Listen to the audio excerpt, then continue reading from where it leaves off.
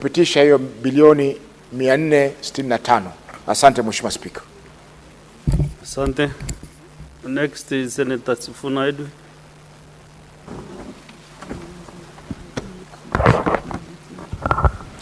Thank you, Honorable Speaker. Over the weekend, we had occasion, together with some of the colleagues from the National Assembly, to attend a function together in Migori. The majority leader was there. And part of the conversation we had when we were having lunch with our colleagues from the National Assembly is they thought that not everything between our two houses has to come to a stalemate before it is addressed. But, Honorable Speaker, it saddens me that for the third straight year that I've been a senator of Nairobi, the National Assembly is again inviting us to a stalemate on this question of the division of revenue. I ask myself the question, why do we have to have a mediation every single year? I have never understood why our brothers in the National Assembly cannot just do what is right by devolution and what is right by the people. If indeed they know the recommendation that has been made by the Commission on Revenue Allocation, why can't they just give counties the 450 billion shillings that we have been asking for? But we will do what we have to do, Honorable Speaker, and fight for the rights of the devolution family in the best way that we can, because that is the duty that we saw to undertake. Honorable Speaker, I want to make it clear from the onset that I agree fully with the recommendations that have been made by our own committee on budget and finance.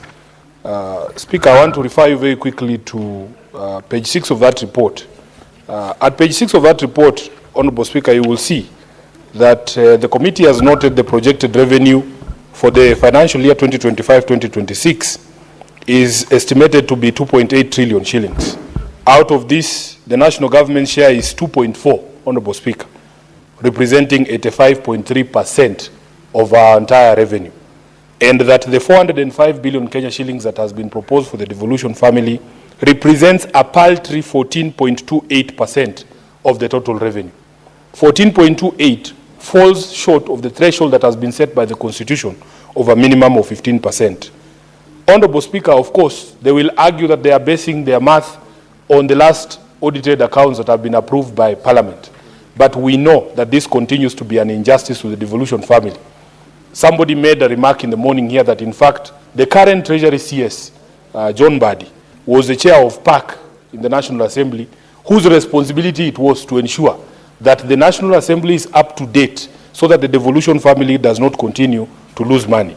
I will come back to John Badi in a short while, Honorable Speaker, but allow me to say that the Senate, this House, has recommended 465 billion. I don't know why the Speaker is shaking his head. Honorable Speaker, is there a problem? Have I said something that was offended the Speaker? Because, Honorable Speaker, there was a fly. I'll proceed as if nothing has happened. So, Speaker, if you look at the committee's observations on page 7, that the recommendation we have made as a Senate of 465 billion has science behind it. It is not just a figure that was plucked from the air. And you will see the committee says that the recommendation was informed by the need for county governments to meet new non-discretionary financial obligations relating to, number 1, housing levy deductions. This is a national government imposition. Number 2, contributions to the National Social Security Fund. Number 3, matching allocations for the county integrated industrial parks, which is a program that was initiated by the national government requiring county governments to match them. Matching allocations for community health promoters program. Honorable Speaker, this responsibility falls upon us as a county government to make sure we pay these CHPs. And then the procurement of new medical equipment. When we were in Mandera with Senator Roba, we were informed that all those beautiful machines in that referral hospital have come to the end of their lease, and we need for these county hospitals and facilities to be able to acquire new ones. And lastly, Honorable Speaker, meeting the outstanding obligation under doctors' collective bargaining agreements and annual wage drift. Speaker, you know, every single day, medical workers are outside our house here, including yesterday. They were here in Parliament. Sadly, they were tear gassed by the police. I don't know why, because they have been there every single day for the past 3 or so months. They have been there. Even today, they are here. Honorable Speaker, And we have been told by the leadership of these unions that these collective bargaining agreements are binding to county governments. So, Honorable Speaker, where we have reached in the health sector, in fact, I want to plead with the UHC workers that where we have reached now, the only thing we want to discuss is money. The time for stories is over. And the house that handles money is the National Assembly. So let them be protesting there, because we as a Senate have done our part. The chair of the Budget Committee must allocate the money that is required to absorb these UHC health workers and are permanent and pensionable. When I was in Garissa, I ran into the CS for health. And he was also trying to be clever by drawing in the Senate. Yet we as a Senate have done our job. CS Duale knows very well that the Senate does not appropriate any money. He wants it to look like we are the problem, yet the problem and the people with the power of the purse is the National Assembly, Honorable Speaker. Thirdly, Honorable Speaker, there is the question of the MOU that we signed between ODM and UDA. Honorable Speaker, I said I will come back to CS Mbadi because it has been said out there that I only criticize, but I don't say anything positive about our experts in the government. The truth of the matter is, if you do something that is contrary to what ODM stands for, it is my responsibility to say that that is against what ODM stands for. When CS Mbadi says that in this particular financial year, there will be no new taxes he introduces under the Finance Act, that is ODM. That is who we are. We say tick. When Mbadi says that, I saw in today's newspapers, Honorable Speaker, that he has issued a circular that is going to introduce transparency in the PPP process. He has adopted wholesale the recommendations of the committee of this House on transport and housing, which was dealing with the Adani question, Honorable Speaker, when we said that, number one, if you are a government agency that receives a privately initiated proposal on any development, you have a responsibility to disclose that you have received that document. He has adopted that. As SG, I say, that is ODM. We are for transparency. Tick. Honorable Speaker, we have said in the committee where I used to sit when Karungu Wathangwa was the chair, I was a member, that you have to allow, after you receive a privately initiated proposal for a PPP, you have to allow other people to give you a better offer, what we called in the committee the Swiss challenge. I have seen he has put it in the circular. I say that is ODM. We say tick. But this one here, where he's proposing 405 billion Kenya shillings, it is my responsibility to say to the CS for Treasury, that is not what ODM has agreed with UDA. We agreed in the MOU, and I carry this MOU everywhere I go because I encounter ignorance at all levels, Honorable Speaker. And it is my responsibility to make sure that I deal with the ignorant about what this MOU provides for.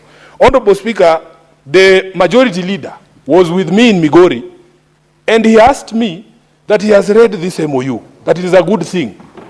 But he doesn't understand why it is Sifuna's role to ask people questions. I want to explain a few things to him. Unfortunately, he has walked out. Number one, if you look at the constitution of ODM under Article 11, Honorable Speaker, it sets out the duties of members of ODM. Number one, Honorable Speaker, it is our duty as members of a party to understand the programs and the things that the party gets itself into. Once you have understood, it is a responsibility stated in the Constitution to explain what the party is doing. It is my responsibility to explain what we are doing with UDA. And finally, Honorable Speaker, under Article 11, we have a duty to combat propaganda that is detrimental to the interests of ODM. Combat is the word that is used by the Constitution. When you combat, you are not required to be nice. Although my party leader has asked me to reduce the number of papers that I put in the soup. Honorable Speaker, combat means you take it head on. Propaganda that is detrimental to the interests of a party. Such propaganda as to what the provisions of this document are. Lastly, Honorable Speaker, Article 20 of the Constitution of ODM says that the Secretary General of ODM is the depository and custodian. Just a minute, let me make my point. Is a custodian of all documents, including all agreements that the party signs. Just a minute, Senator Sifuna. What is out of order?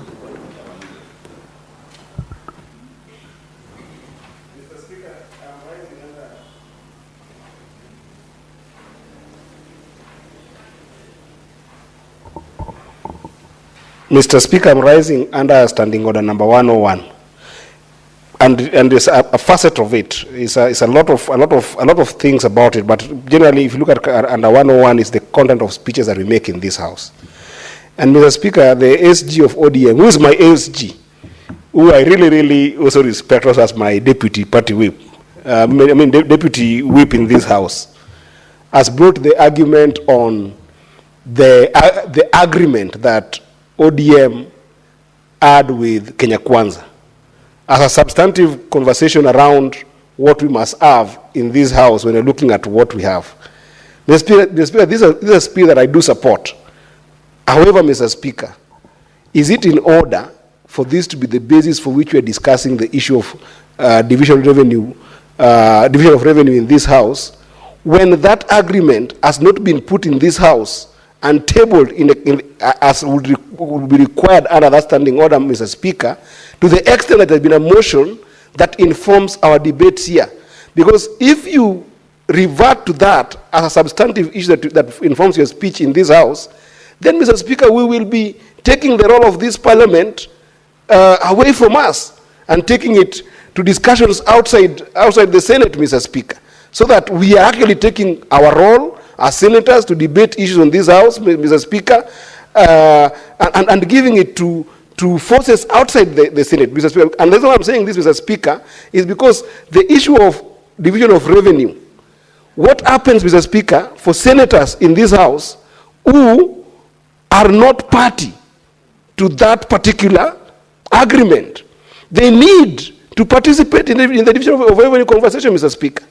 Is it in order for the Senator of Nairobi to bring that argument and that document as a basis for us to discuss in this House, Mr. Speaker?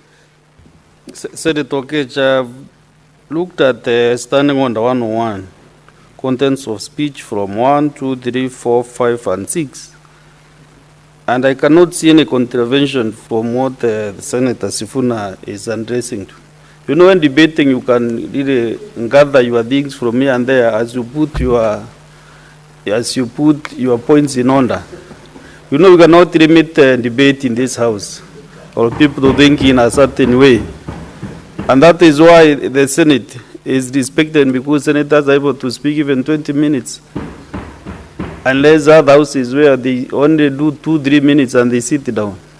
So let us not stifle debate, as long as he is not mentioning names anyhow. But this standing order can accuse you somehow, Senator Sifuna. So avoid mentioning names of other people. Mention the office, which is okay, but the names are not going to use the names of the CS by his name and not these other people. Honorable Speaker, maybe because he is not the CS now, maybe he has been reshuffled. So use the office. Well guided, Honorable Speaker, you can see that my point has been demonstrated, that I encounter ignorance even from members of ODM. And it is my responsibility to teach, because that's what the constitution of a party requires me to do. In fact, Honorable Speaker, I was coming to the point that we are discussing. Division of revenue is a matter that has been covered under this agreement. And, Honorable Speaker, this agreement is not restricted to the parties that have signed it. Because it's my job to teach, allow me to read what this agreement establishes. The propaganda I was saying we must combat is what this agreement is and what it is not. This agreement does not form a government. In fact, what it says, Honorable Speaker, is that it sets up a platform for collaboration and cooperation between all political forces, not ODM and UDA, all political forces and other stakeholders in Kenyan society. So everybody is welcome to have this conversation, Honorable Speaker. Allow me just to conclude what I was saying, that as SG, I'm the custodian of this document. And therefore, Honorable Speaker, I was saying, for those who are asking, why is Sifuna the one who asks this question?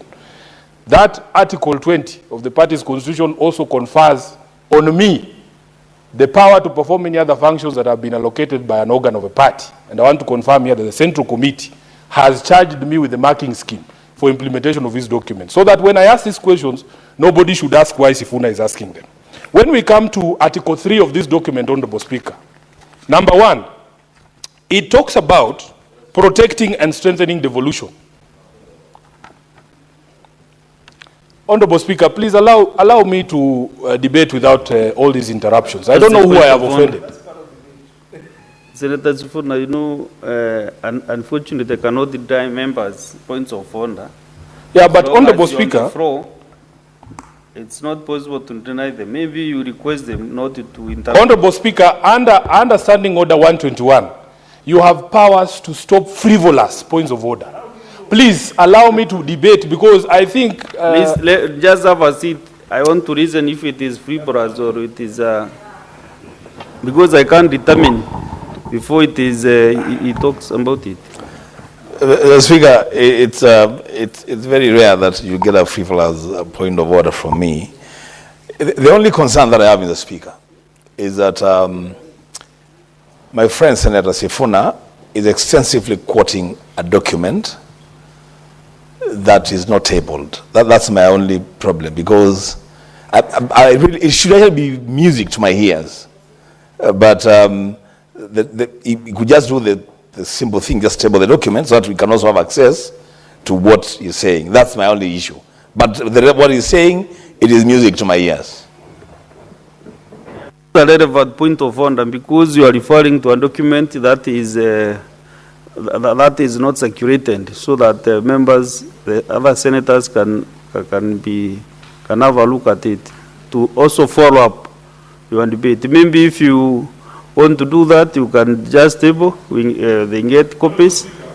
Honorable Speaker, the only reason I'm making reference to this document is because it ties up with what I want to say in terms of the position that I will take as a senator from ODM on the division of revenue.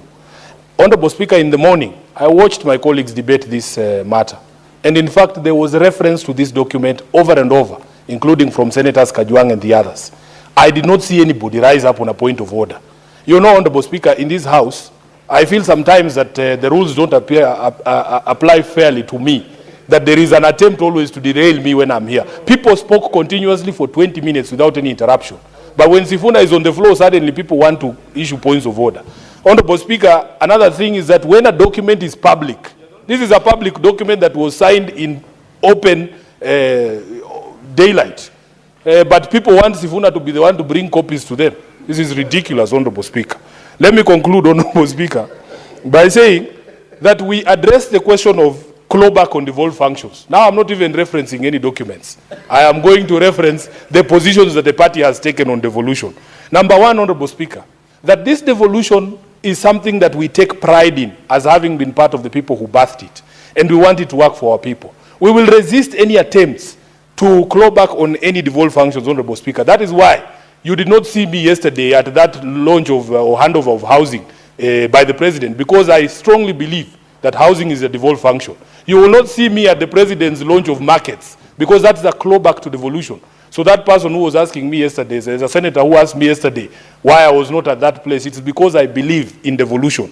And this is clawback to devolution. Number two, Honorable Speaker, that we must devolve all funds for the functions that are devolved. That is the reason why my party and my party leader has taken a position on RMLF, and he has taken a position on CDF. He has said that as far as roads are concerned, the Constitution is clear in the fourth schedule. There are only two levels of roads. We have national roads and county roads.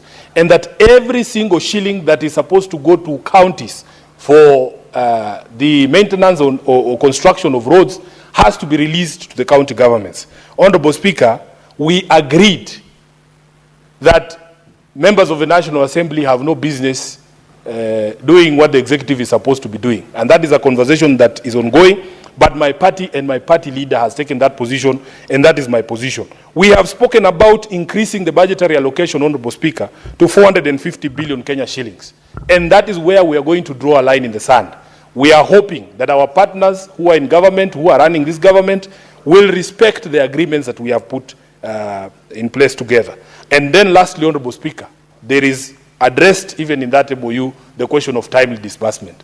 We pass here something called a disbursement schedule, Honorable Speaker. But the biggest problem is that the county, the National Treasury never respects that disbursement schedule. If you speak to the Council of Governors, they will tell you they were receiving money for February this month, if it has been disbursed already. It is impossible to plan and to run an enterprise when there is such uncertainty as to when you will receive that allocation. Honorable Speaker, I went to Kahawa West a few months ago. There's a market there.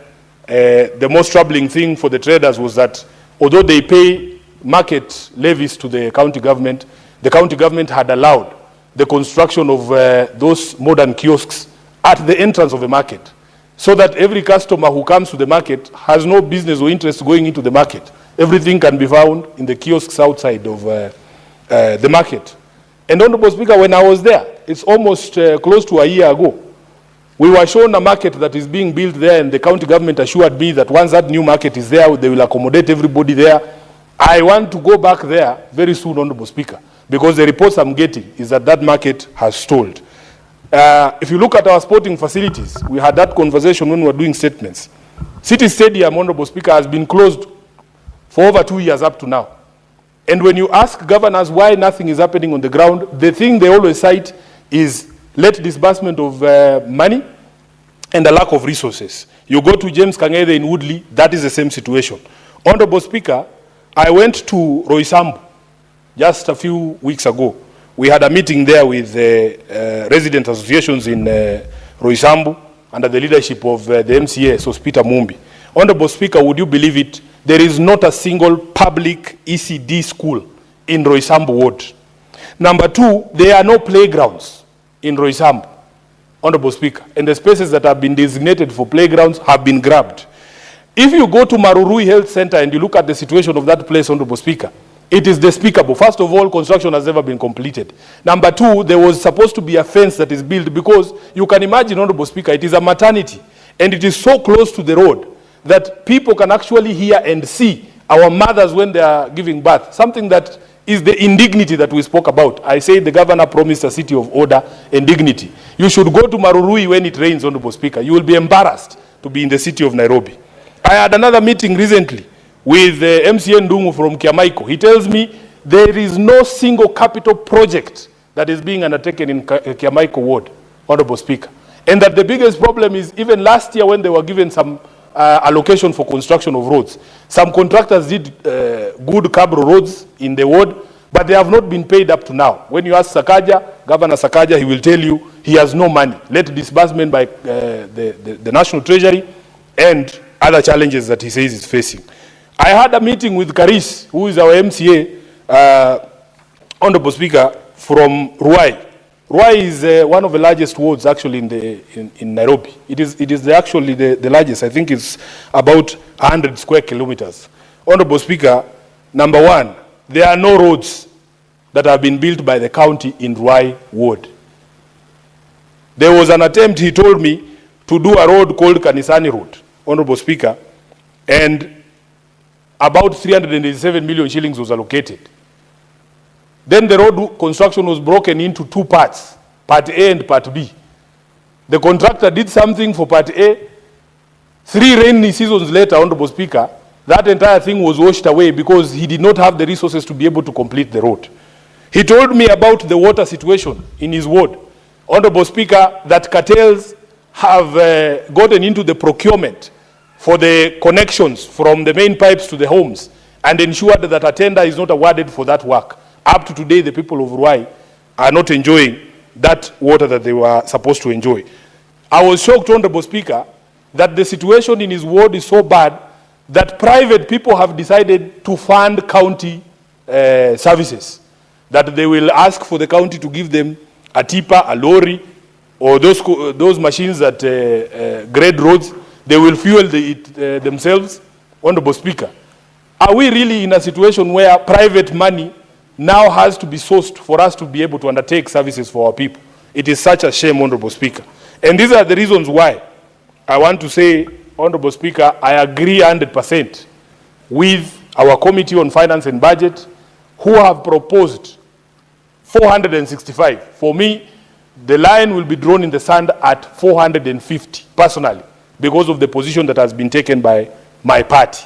Honorable Speaker, therefore, we will not support any attempts to claw back at devolution, and we want to say that the CS for Treasury must make sure that there is observance of the disbursement schedule so that county governors can also plan. Lastly, Honorable Speaker, allow me to say something that arose in the course of the debate in the morning. Honorable Speaker, as a Kenyan leader, I know that we leaders have a responsibility to Kenyans and no other person. I was deeply embarrassed, Honorable Speaker, that at a time when people are being deported from our neighboring country, and if you look at my passport, Honorable Speaker, I have the blue passport. It says East Africa Community. When I was a member of the Law Society of Kenya, Honorable Speaker, at the council, we used to do something called, push for something called cross-border practice. There are lawyers who are qualified from the University of Dar es Salaam, Tanzanians, who practice law in our Kenyan courts. There are students at the Kenya School of Law from Tanzania and from Uganda. I know lawyers who went to Kampala International University and Makerere, who qualified there, and they have come to the Kenya School of Law. They are practicing law in Kenya. So therefore, Honorable Speaker, for us to have a situation where people cannot be allowed to move freely in the community is something that we must call out. Honorable Speaker, I have heard people trying to justify, saying, oh, these are activists. Activism in itself, Honorable Speaker, is not a crime. I know Tanzanian law, there's no law that says activism is a crime, Honorable Speaker. So for me, I was deeply embarrassed to see our Foreign Affairs Minister, who should be our foremost defender, adopt a very nonchalant, a very laid back, a very lazy attitude yesterday on Citizen, Honorable Speaker, that he has not even summoned the Tanzanian ambassador to ask him what was the reason why these brothers of ours were expelled. As we speak, there are Kenyans whose whereabouts are still unknown. Just show some concern for your countrymen. That is the job that you are given to do, Honorable Speaker. So I was a bit disappointed.